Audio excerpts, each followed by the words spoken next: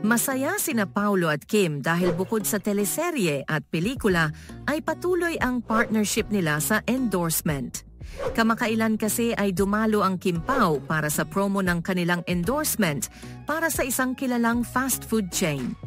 Ani Paulo, halos hindi na raw kasi sila mapaghiwalay ni Kim dahil ito ang nire-request ng brands at advertisers. Ang nasabing food chain ay itinalagang ambassadors ang ikalawa nilang pagsasama sa isang endorsement. Dahil summer na, may mga pakuwilang pampapalamig din na binebenta ang nasabing food chain. Kaya naman natanong sina Kim Chiu at Paulo Avellino kung paano nila pinapalamig o pinapakalma ang isa't isa kapag nahaharap sila sa di kaaya-ayang sitwasyon. Ayon kay Kim, sobrang cool at kalmadong tao raw ng kanyang ka-love team sa pelikulang My Love Will Make You Disappear, kaya nai-inspire siya sa pagiging chill lang nito. Hirit naman ni Paulo, very bubbly person daw si Kim at masayang kasama. The mere fact na nakikita raw niya ang happiness nito ay nahahawa na siya ring rason para sa kanyang mga ngiti.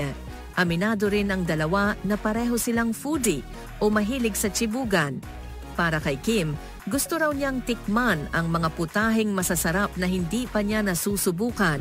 Itinuturing daw kasi niyang parang happy pills ang mga pagkaing hindi lang bumubuhay sa kanyang panlasa, kundi pati na sa kanyang katawang lupa.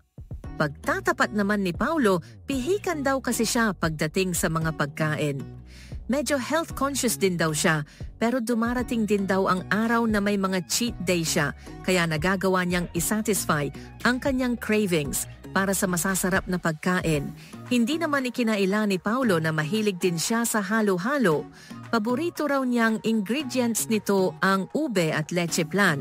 Katunayan, maihahalin tulad daw niya ang sweetness ng partner sa dalawang nabanggit na sangkap ng delicious dessert. Pagdating naman kay Kim, maikukumpara raw niya si Paulo Avellino sa nata de coco na pambihira pero importanteng sangkap ng halo-halo.